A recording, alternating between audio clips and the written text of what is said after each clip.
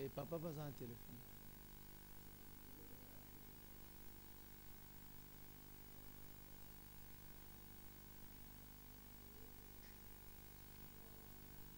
Bien-aimés dans le Seigneur, Shalom.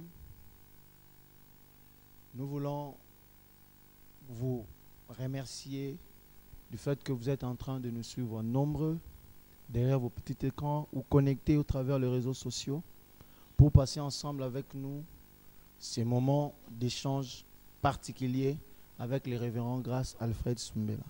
Bonsoir, pasteur. Bonsoir. Et avant toute chose, nous voulons demander à l'homme de Dieu de recommander ces instants les mains du Seigneur à travers d'une prière. Prions. Seigneur notre Dieu, nous voulons te remercier pour la bonté que tu nous accordes de vivre. Nous voulons prendre ça comme une grâce qui vient de toi et nous t'en sommes infiniment reconnaissants. Nous prions pour recommander ce temps de partage et nous te prions, Seigneur Dieu, de nous agréer dans ta présence au nom de Jésus-Christ, de bénir ces moments, de nous accorder sagesse, intelligence et révélation au nom de Jésus-Christ. Amen. Amen. Merci. Est-ce qu'on peut acclamer le Seigneur? Gloire à Dieu. Nous allons passer ces moments d'échange avec l'homme de Dieu autour de ces sujets, vaincre les combats de sa vie. C'est vrai, nous nous retrouvons en face de plusieurs combats dans la vie. Mais l'homme de Dieu, au travers de ces moments, il va essayer de partager avec nous les différents combats que nous allons rencontrer dans notre vie, mais aussi comment vaincre ces combats. Pasteur, quelle est votre pensée en nous enseignant sur ces sujets, vaincre le combat de sa vie? Le but de ces enseignements, c'est de faire que nous ne soyons pas des victimes dans la vie, mais que nous soyons des vainqueurs. On dit souvent que la vie est un combat. Et moi, je me demande, c'est un seul combat ou c'est plusieurs combats? Je crois que dans la vie, tous les jours de notre vie, nous nous battons pour être. Nous nous battons pour vivre. C'est chaque jour, c'est chaque minute, c'est à tout moment. Et je dois quand même dire que bien des gens sont des victimes dans la vie. Ce sont des gens qui ne comprennent toujours pas qu'est-ce qui leur arrive, pourquoi ce qui leur arrive, et qui se plaignent assez souvent de leur sort. Et aujourd'hui, nous voulons saisir l'occasion de ce plateau pour pouvoir échanger ces quelques mots, ces quelques pensées avec vous, vous dire que souvent il y a des choses qui nous plongent dans bien des douleurs dans la vie et qui font que si elles ne sont pas bien gérées, nous soyons des victimes au lieu d'être des vainqueurs. Et je voudrais au premier point placer la langue comme le vecteur et même le facteur de beaucoup d'échecs et aussi parfois de beaucoup de victoires. C'est pourquoi je voudrais commencer notre étude d'aujourd'hui en parlant du combat de la langue. La Bible nous parle de Jacob. Dans Genèse chapitre 32, verset 24 à 28. La Bible dit, Jacob demeura seul. Alors un homme lutta avec lui jusqu'au lever de l'aurore. Voyant qu'il ne pouvait le vaincre, cet homme le frappa à l'emboîture de la hanche, et l'emboîture de la hanche de Jacob se démit pendant qu'il luttait avec lui. Il dit, laisse-moi aller car l'aurore se lève. Et Jacob répondit, je ne te laisserai point aller, que tu ne m'aies béni. Il lui dit, quel est ton nom? Et Jacob répondit, Jacob. Il lui dit encore, ton nom ne sera plus Jacob, mais tu seras appelé Israël, car tu as lutté avec Dieu et avec tes hommes et tu as été vainqueur. Ces textes montrent que dans les combats de la vie, Jacob est sorti vainqueur. Et donc, c'est possible que nous puissions remporter des victoires dans les combats de la vie. Et je voudrais ajouter ce verset de Proverbes chapitre 16, verset 32, qui nous dit que celui qui est lent à la colère vaut mieux qu'un héros, et celui qui est maître de lui-même que celui qui prend des villes.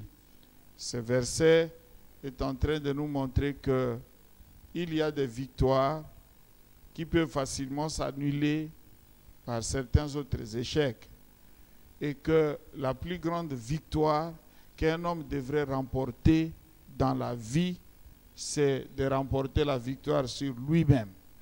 C'est pourquoi nous commençons à analyser les éléments qui sont en nous, qui peuvent nous positionner pour la victoire ou qui peuvent également travailler malheureusement pour notre échec.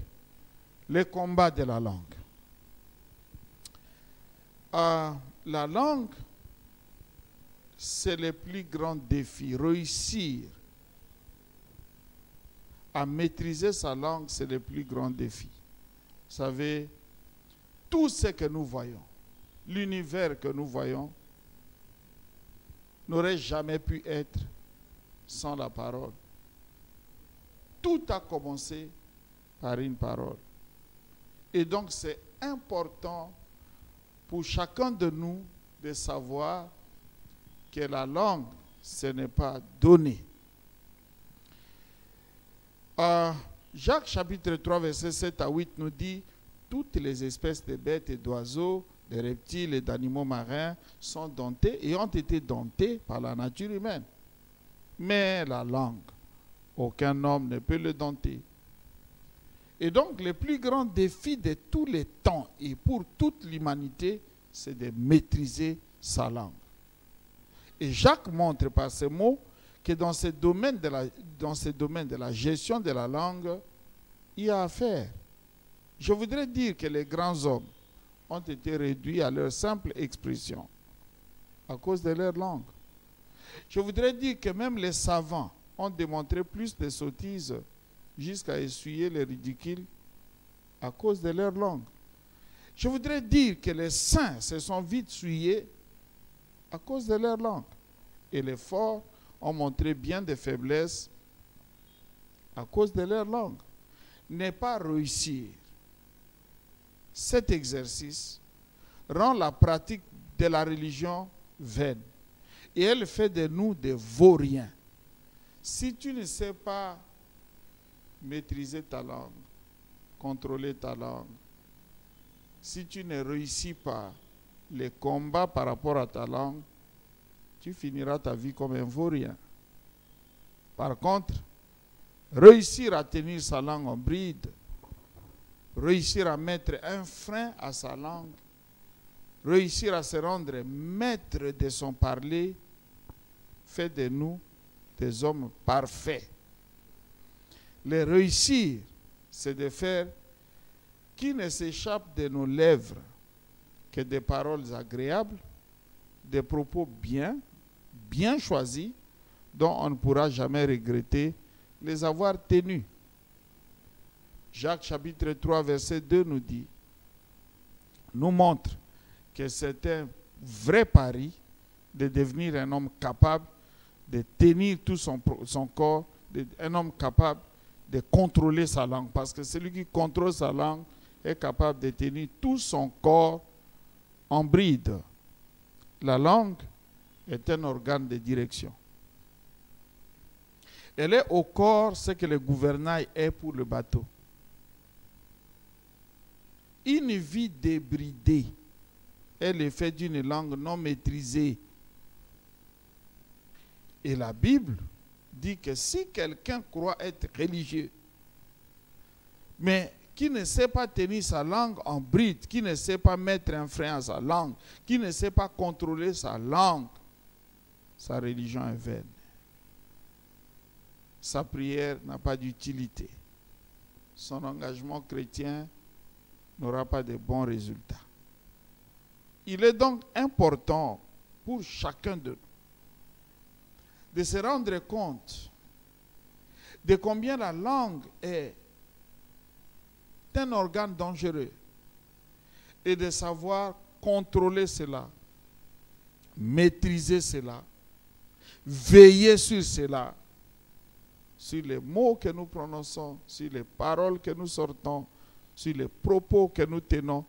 Nous devons faire très, très, très attention à ça. Vous allez peut-être à la maison lire Jacques chapitre 3 du 1er verset au 10e verset qui nous parle de la langue.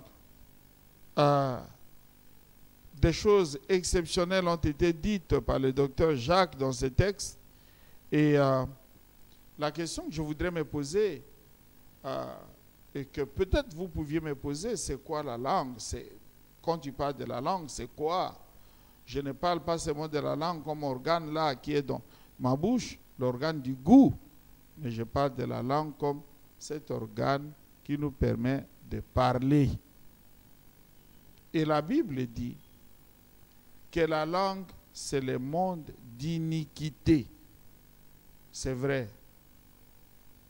Nous sommes des hommes, nous péchons de plusieurs manières, mais beaucoup de péchés que nous commettons viennent de ce que nous disons. C'est pourquoi la Bible dit, la langue, c'est le monde d'iniquité, elle suit le corps. La Bible dit, la langue est un feu. Un feu. Vous savez, le propre du feu, c'est de consumer, c'est de brûler. C'est pourquoi la Bible dit, notre langue enflamme les cours de notre vie, les cours de notre existence. Il y a des vies qui ont été totalement brûlées, bousillées, détruites à cause de ce que la langue a pu prononcer. La Bible dit également que la langue est un mal difficile à réprimer. Aucun homme ne peut la dompter. Vous savez, les hommes, avec leurs inventions, ont réussi à dompter bien des choses. Aujourd'hui, il y a même des requins qui sont contrôlés par les hommes. Il y a des lions qui sont contrôlés par les hommes. Il y a des serpents qui sont contrôlés par les hommes. Aujourd'hui, les hommes sont capables de canaliser la force d'une foudre, mais la chose que nous ne réussissons pas à contrôler, c'est la puissance de la langue. Jusqu'à présent, ça reste une bataille ouverte devant chaque homme. Et la Bible dit que la langue est pleine d'un venin mortel. Ça veut dire, si vous ne faites pas attention à votre langue, à ce que vous dites, votre langue risque de vous tuer. La langue, par elle, nous pouvons bénir Dieu, par elle, nous pouvons bénir les hommes. Mais malheureusement, par elle aussi, nous pouvons maudire les hommes qui sont créés à l'image de Dieu. Et la Bible dit, il ne faut pas que quelqu'un utilise sa langue dans les deux sens. En même temps, tu bénis, en même temps, tu maudis. Frère, cela ne doit pas être le cas. Et donc, la gestion de la langue, remporter des victoires sur la langue, c'est de réussir à consacrer sa langue à ce qui est bien et à faire en sorte que ta langue ne puisse pas être utilisée pour ce qui est mal. Bien-aimé, je reviens sur cette question de la langue pour dire que ça, c'est le plus grand défi que nous avons ici à Kinshasa, le plus grand défi que nous avons en RD Congo. En tant que pasteur, en tant que citoyen de ce pays, parfois je suis très écœuré d'entendre, et même membre de l'Église, écœuré d'entendre les Kinois parler, les Congolais parler. En fait, est-ce que vous savez que nous parlons mal? Il y a des gens qui parlent très mal contre leur propre vie, très mal contre leur famille, très mal contre les églises, très mal contre leur pays, très mal contre les autorités. Nous parlons très mal. Les Kinois, ils parlent mal. Les Congolais, ils parlent mal. Et Dieu nous appelle à cet enseignement à vaincre cet accès facile aux paroles négatives, aux paroles méchantes, aux paroles mauvaises. Et si nous devons vraiment travailler pour pouvoir vaincre cela, il est important que nous puissions nous rendre compte d'une chose ou avoir conscience d'une chose. Il faut avoir conscience que les paroles qui s'échappent de mes lèvres ont des conséquences. C'est-à-dire que si je dis une chose, ça peut avoir de bonnes conséquences, mais aussi de mauvaises conséquences. Je ne dois pas me permettre de tout dire. Avoir la conscience que les paroles que tu prononces ont des conséquences. Elles peuvent avoir des conséquences sur toi-même. Elles peuvent avoir des conséquences sur ton environnement immédiat. Elles peuvent avoir des conséquences sur ton pays. Elles peuvent avoir des conséquences sur ton église. Elles peuvent avoir des conséquences sur ta famille. Il faut faire très attention à ce que tu dis. Donc, pour devenir maître de sa langue, il faut vraiment avoir cette conscience-là. La Bible dit, la mort et la vie sont au pouvoir de la langue. Donc, même si tu peux parler, mon ami, tu dois faire très attention parce que ce que tu dis peut provoquer la mort, aussi susciter la vie. Il y a des gens qui aiment beaucoup parler. Ce sont des gens qui parlent à temps, à contre-temps, à tort, à travers. Ce sont des gens qui peut-être considèrent que parler est un complément d'objet direct, d'avoir une bouche. Et nous insistons, il ne suffit pas d'avoir une bouche pour parler. Il ne suffit pas d'avoir une bouche pour parler. Alors, soyons conscients de cela, les paroles ont des conséquences. La deuxième chose qui peut nous aider à remporter la victoire dans les combats de la langue, c'est de savoir que certaines fois, il faut avoir obtenu une autorisation expresse pour parler.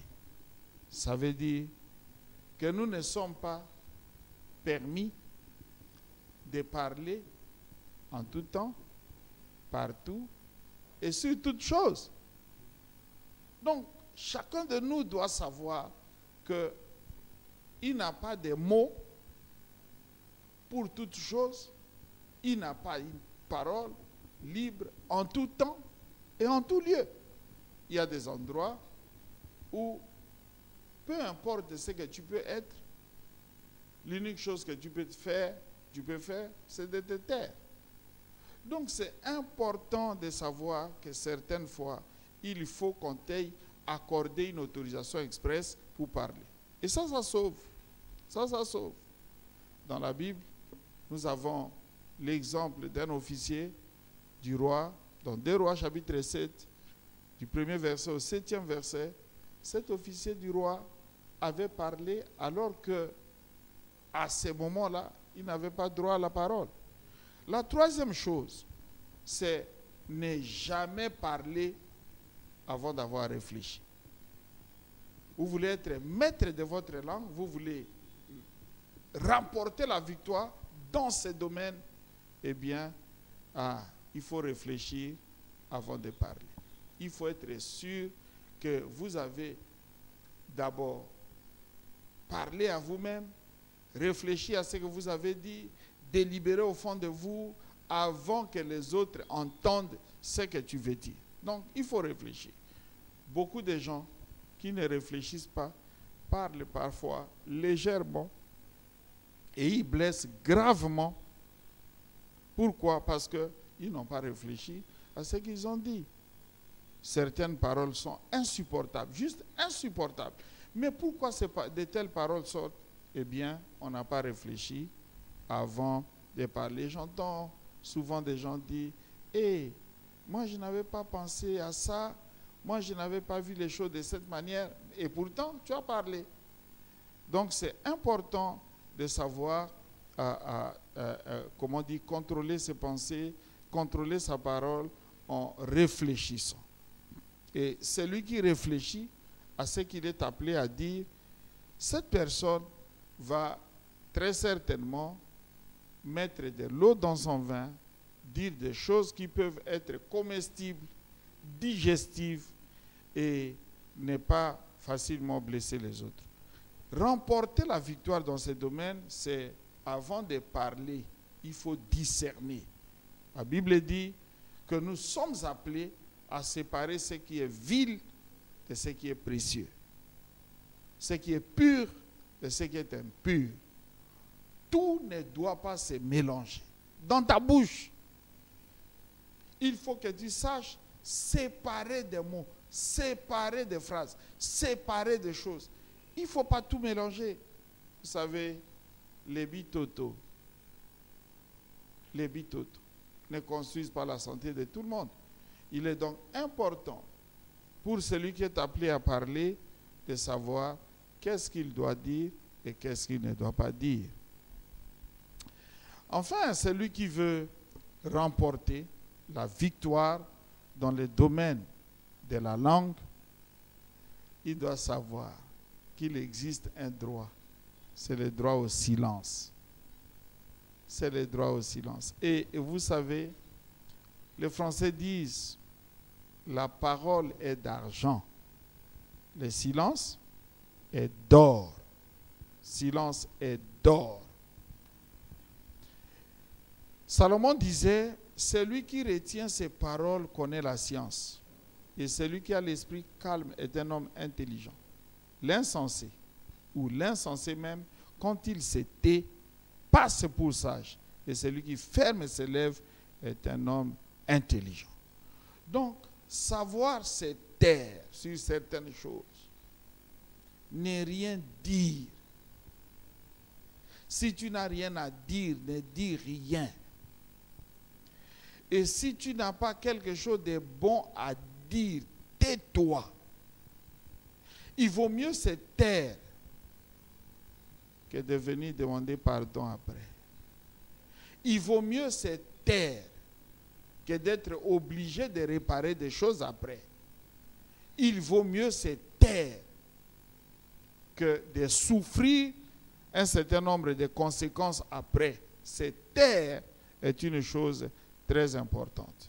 Mes amis, vous savez, il est quand même important que je vous dise que quand vous ne comprenez pas qu'est-ce qui vous arrive, quand vous ne savez pas ce qui se passe, la bonne chose à faire pour vous dans une telle situation, c'est de se taire, de ne rien dire. Parce que vous ne comprenez rien. Parce que vous ne connaissez pas ce qui vous arrive. Il vaut mieux se taire, écouter. Parce que si vous parlez, vous risquerez de faire pécher votre vie en disant des choses qui ne tiennent pas debout. Mais vous devez aussi vous taire, surtout quand vos émotions sont au comble. Vous êtes au comble de la colère, vous êtes au comble d'une déception. Vous avez une très grande déception, c'est le moment de parler. Il y a des gens, ce n'est pas le moment de parler. Il y a des gens, il a été déçu par quelqu'un et il dit, moi, je ne vais jamais me marier. Jamais me marier. Bon.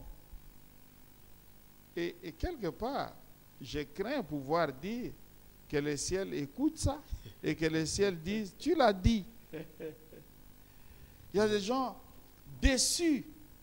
Il dit, moi, je ne vais plus jamais travailler. Mon ami, tu ne vas pas jamais travailler. Qu'est-ce que tu vas devenir dans la vie? Donc, ce sont ces choses, il faut réfléchir.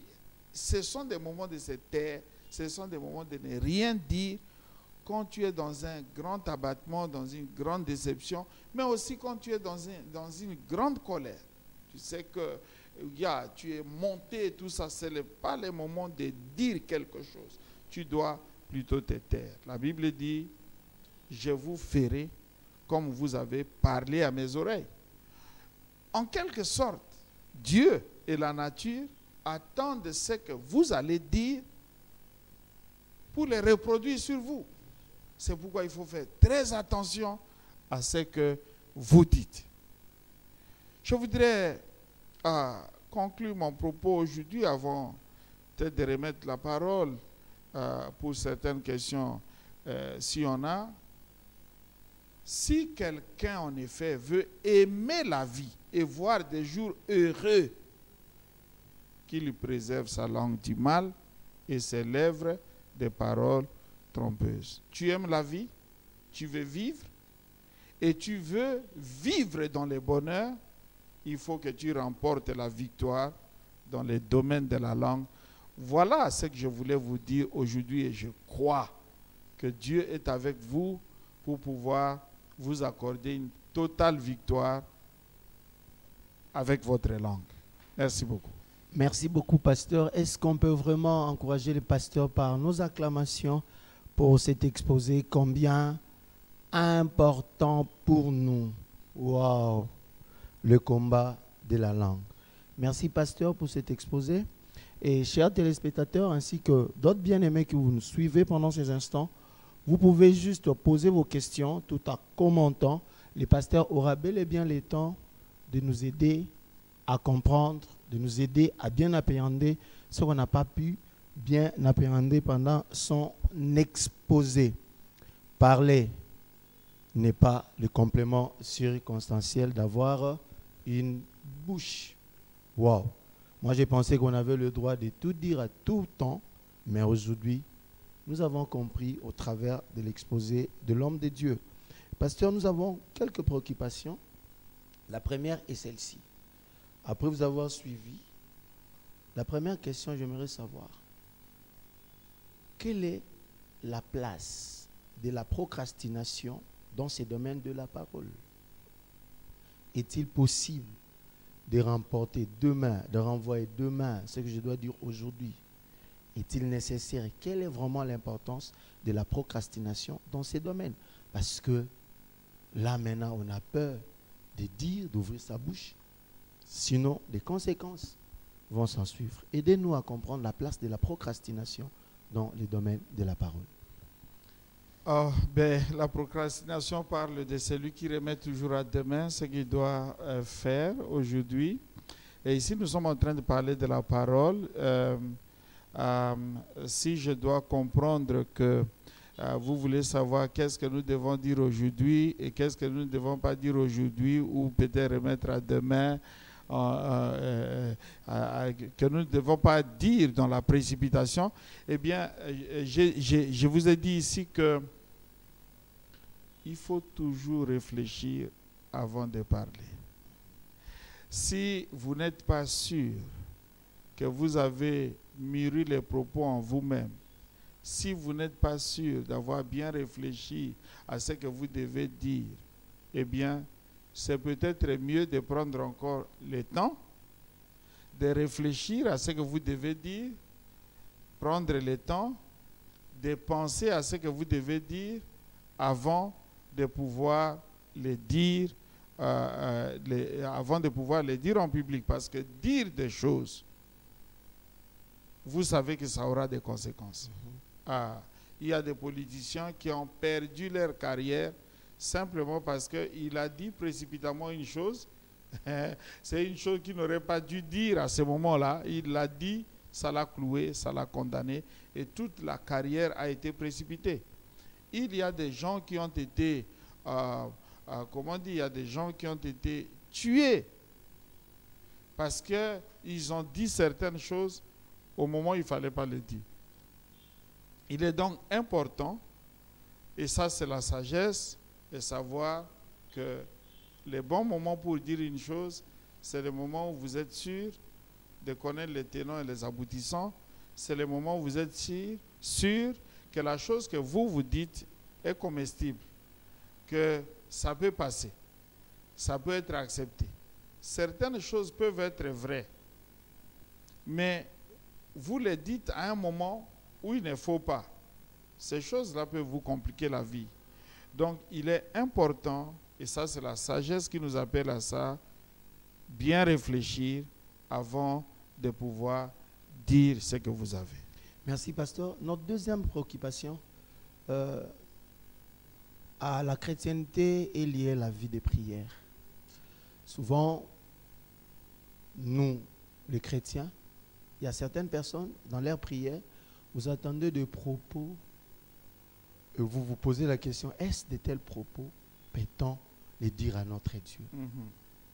Alors, dans ces domaines-là, comment pouvons-nous comporter en tant que chrétiens dans le domaine de la prière, surtout nous parlons à notre Dieu, celui qui est notre Créateur. Ah, cette question, je l'apprécie énormément parce que, voyez-vous, c'est pour moi l'occasion de pouvoir dire ceci. Le domaine de la prière, c'est un domaine très, très délicat. Il est tellement susceptible que ce domaine demande un enseignement clair, un enseignement précis. Et les disciples du Seigneur ont dit au Seigneur, enseigne-nous à prier. Enseigne-nous à prier. Parce que le domaine de la prière est un domaine qui demande un enseignement. Et Ecclésiaste chapitre 5 nous dit, lorsque nous venons dans la présence de Dieu, ne soyons pas pressés de parler. Venons plus pour écouter, plutôt que de faire des déclarations des insensés. Donc, et la Bible dit, il ne faut pas que par votre parole, vous puissiez faire pécher votre vie. Donc, il est important que celui qui va en prière devant Dieu prenne le temps de réfléchir, prenne le temps de méditer, prenne le temps, c'est important. Et le Seigneur, dans le livre de Jean, l'évangile selon Saint Jean, chapitre 15, la Bible dit que si nous demeurons dans sa parole et que ses paroles demeurent en nous, alors nous pouvons prier, nous pouvons demander. Il y a des gens qui demandent mal parce qu'ils ne savent même pas qu'est-ce que Dieu dit. Vous voyez? Donc c'est important de pouvoir connaître Dieu, connaître la parole de Dieu, ce que Dieu dit, ce que Dieu veut, avant de pouvoir s'engager à dire quelque chose devant Dieu. Malheureusement, et ça c'est ce que j'ai souvent dit, ici chez nous, quand je suis beaucoup de gens dans leur prière, je vois qu'il y a des gens qui prient beaucoup. Mais vous savez, ils prient beaucoup parce qu'ils sont loquaces. C'est des personnes qui, dans la vie, parlent beaucoup et quand ils entrent dans la prière, ils prient beaucoup. Et c'est des gens qui sont... c'est des gens qui ont un esprit de querelle et qui malheureusement, qui vont un peu comme se disputer avec Dieu et pourtant, ce n'est pas ça. Je me pose toujours cette question. Si vous allez à un médecin qui connaît tout, qui a tout votre tableau, quelles sont les choses que vous devez lui dire? Dieu connaît tout. Il connaît ta prière avant que tu la prononces. Il connaît ton problème mieux que toi. Il connaît ta vie mieux que toi. Quand tu vas à lui, tu n'as probablement pas d'informations à lui donner. Tu n'as rien à lui dire. Alors, à ce moment-là, ta prière doit changer parce que tu dis, tout ce que je peux dire à Dieu, il connaît déjà. Tout ce que je sens, je vis, je traverse, Dieu le sent déjà. Alors maintenant que je dois parler à Dieu, comment je dois parler à Dieu?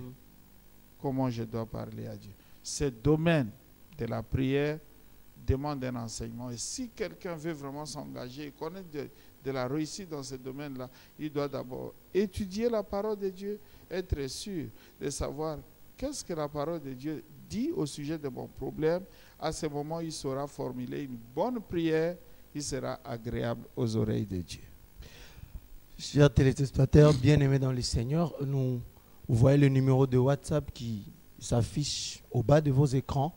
Vous pouvez écrire au pasteur d'une manière particulière. Vous pouvez vous entretenir avec les pasteurs d'une manière particulière et il va vous répondre par rapport à vos différentes préoccupations. Pasteur, aujourd'hui j'apprends qu'il y a un droit au silence. Waouh! Un droit au silence.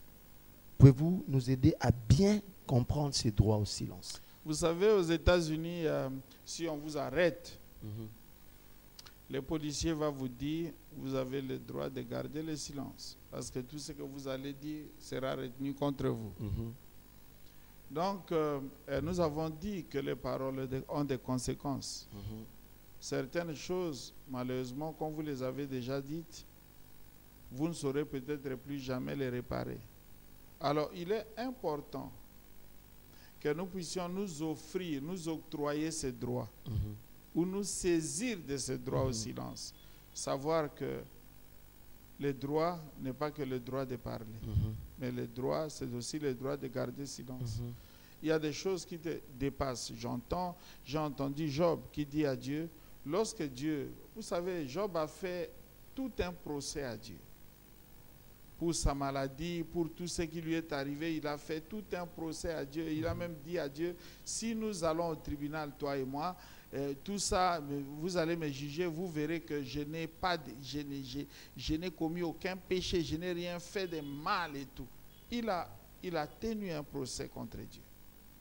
Mais à la fin, Dieu vient à Job. À partir du 38e verset de Job, Dieu commence à poser des questions à Job. Il dit, bon, ok, toi tu connais, toi tu es juste et tout. Mais moi je voudrais que maintenant que tu sois à la barre, que je te pose des questions et que tu me répondes. Et Dieu lui a posé tellement de questions qu'à la fin, Job s'est assis et il a dit à Dieu, tu sais, je me rends compte que j'ai parlé là où je devais me taire. Et j'ai discouru sur des mystères, sur des choses qui me dépassent et dont je n'avais aucune compréhension.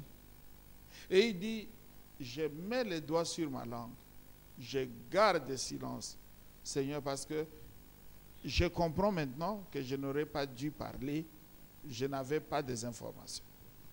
Donc c'est important. Il y a des gens qui sont prompts à parler. Ici, chez nous, des gens, ils peuvent parler de quelqu'un, ils peuvent parler d'une matière alors qu'ils ne connaissent pas. Je me rappelle un jour, j'étais à la télé, à la radio-télévision nationale, et ce jour-là, c'était une émission sur le sida. Et le journaliste qui nous a reçus, il a commencé par la première question, c'est quoi le sida? C'est quoi le sida? Et c'était le tour des micros, chacun devait parler. Le premier à répondre, c'était un médecin. Et le médecin nous a donné une définition sur le sida. Il nous a dit, c'était quoi le sida?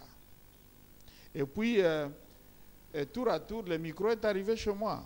Il dit, pasteur, qu'est-ce que tu dis? J'ai dit, nous sommes là en train de traiter de la question de la maladie. Et dans cette question, la meilleure personne qui a la meilleure formation dans ce domaine-là, c'est le médecin. Donc, ce qu'il a dit, c'est ce que nous allons suivre parce que nous sommes dans son domaine. Vous voyez?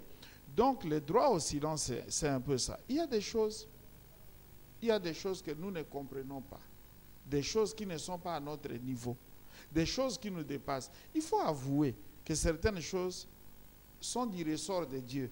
C'est Dieu seul qui les comprend. Certaines choses sont du ressort des autorités. Seules les autorités peuvent dire quelque chose parce qu'elles comprennent. Il y a des choses qui sont du ressort des parents. Seuls les parents peuvent dire certaines choses. Parce que nous, à ce niveau-là, nous sommes étrangers. Alors, si ce sont des choses qui ne sont pas à notre ressort, pourquoi ne pas nous taire? Vous voyez? Je ne peux pas, juste à la faveur de ces micros, ici, prononcer une condamnation à mort sur quelqu'un et tout. Je ne suis pas le juge président. Et ici, là, ce n'est pas un tribunal. Vous voyez? Et donc, si vous m'apportez quelqu'un, vous m'apportez Jésus et Barabbas ici, vous dites que je dois prononcer qui doit être condamné, je ne saurais pas le faire, je ne suis pas le juge président. Donc, c'est cela. Je voudrais encourager mes frères et sœurs à savoir que sur certaines matières, non seulement nous n'avons pas suffisamment d'informations, nous n'avons pas la compétence dans ces matières-là. Vous imaginez si vous me posez des questions sur l'astrophysique, sur... je ne saurais pas répondre parce que ce n'est pas mon domaine. Donc, je vais préférer me taire parce que ce n'est pas mon domaine. Et voilà, c'est un peu tout ça que j'appelle le droit au silence. Pasteur, une dernière question avant votre mot de la fin. Que dites-vous de ces gens qui se nomment Molangia Pembe, Ngazanga Molangia Pembe?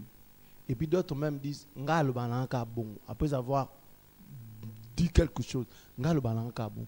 Que pouvez-vous dire à l'égard de ces gens-là? Ah oui, ben, vous savez, un homme ne peut pas être égal à une bouteille. Parce que la bouteille, on peut la casser et puis il n'y a pas de problème. Mais si toi, on te traite comme une bouteille, on ne sait pas qu'est-ce qui va t'arriver. Donc, il est important de savoir que nous sommes appelés à être vrais, à être honnêtes, à être sincères. Mais il est aussi vrai que certaines choses, ce n'est pas tout le monde qui doit le dire. Vous voyez, je peux être malade, mon dossier médical, c'est mon médecin qui l'a. Ce n'est pas tout le monde qui doit avoir, même si tu as lu dans mon dossier médical, tu as lu, tu n'es pas bien placé pour passer à la télé ou être quelque part en train de dire, mais ce pasteur-là, mais il souffre de telle maladie, de telle autre. Tu n'as pas le droit de le faire. Vous savez, parfois quand vous allez à un laboratoire, envoyé par un médecin, ce sont vos résultats à vous. Mais quand le laboratoire sort les résultats, il les met sous pli fermé. Pourquoi? Pour que vous n'ayez pas accès à ça avant le médecin. Et c'est quand le médecin reçoit le dossier, il le lit, lui sait comment il peut vous informer de ce qui se passe dans votre corps. Donc, il est important de savoir que d'être vrai, d'être honnête, c'est une bonne chose, mais ça ne nous autorise pas à tout dire parce que parfois, nous n'avons pas l'autorité nécessaire pour le faire. Merci beaucoup, pasteur. Bien-aimé dans le Seigneur, combien a été profond, bénissant l'intervention de l'homme de Dieu. J'ai encore envie de l'écouter et de l'écouter, mais le temps nous fait défaut. J'ai aimé une pensée que l'homme de Dieu a dit, une vie débridée et l'effet d'une langue non maîtrisée. Ça t'est arrivé de faire sortir de ta bouche des paroles où aujourd'hui ta vie est condamnée. Et il est temps, là où vous nous suivez, nous allons demander à l'homme de Dieu de prier pour nous, afin que ces choses, ces conséquences qui se sont suivies à cause de nos paroles, que cela ne le soit plus. Et nous vous demandons de nous écrire au numéro WhatsApp qui est affiché au bas de l'écran. L'homme de Dieu va vous entretenir personnellement et répondre à vos préoccupations. Pasteur, quel est votre mot de la fin? Et juste après ces mots de la fin, nous avons besoin de votre prière. Mon fils, si tu as cautionné ton prochain, si tu t'es engagé pour autrui, si tu t'es enlacé par les paroles de ta bouche, si tu es pris par les paroles de ta bouche, fais donc ceci, mon fils, dégage-toi. Puisque tu es tombé au pouvoir de ton prochain. Vous savez, il y a des paroles qui nous ont liés. Il y a des paroles qui nous ont condamnés. Il y a des paroles contre lesquelles nous nous battons dans la vie. Et il y a au ciel un Dieu qui est capable de te séparer du joug de ces paroles, de te libérer des effets et de toutes les condamnations que ces paroles peuvent apporter à ta vie. Même si un homme fort, puissant, a pu déranger ta vie par ce qu'il a dit contre toi, Dieu c'est le plus fort, Dieu c'est le tout-puissant, il peut arrêter cela. Et aujourd'hui, je voudrais prier pour que ta vie soit délivrée des effets méchants et mauvais de toutes les paroles que toi-même tu as prononcées sur toi ou que d'autres ont pu placer contre toi sur les chemins de ta vie. Prions. Aujourd'hui, je plaide sur toi le sang de Jésus pour annuler toutes les paroles méchantes, toutes les paroles mauvaises, les sorts, les paroles des enchanteurs, les paroles d'envoûtement. Que toutes ces paroles qui ont lié ta vie, qui ont dérangé ta vie, qui ont assujetti ta vie, qui ont placé ta vie sous un joug que ces paroles quittent ta vie aujourd'hui. Que le sang de Jésus-Christ les efface de ta vie. Au nom de Jésus-Christ. Aujourd'hui, dans le nom de Jésus-Christ, je déclare ta liberté contre toutes les paroles qui t'emprisonnaient, contre toutes les paroles qui t'assujettissaient, contre toutes les paroles qui te condamnaient. Tu es libre. Je proclame dans le nom de Jésus ta liberté. Je proclame dans le nom de Jésus ton salut. Je proclame dans le nom de Jésus ta paix. Et je déclare aujourd'hui, tu es libre. Va en paix et que les effets de ces paroles ne se manifestent plus contre toi. Au nom de Jésus-Christ, Seigneur, nous avons ainsi prié. Amen. Amen. Bien-aimés dans le Seigneur, nous fixons rendez-vous avec le pasteur Grace, qui est le représentant légal de l'église Pierre Vivante, quartier Salongo, dans la commune de Lemba.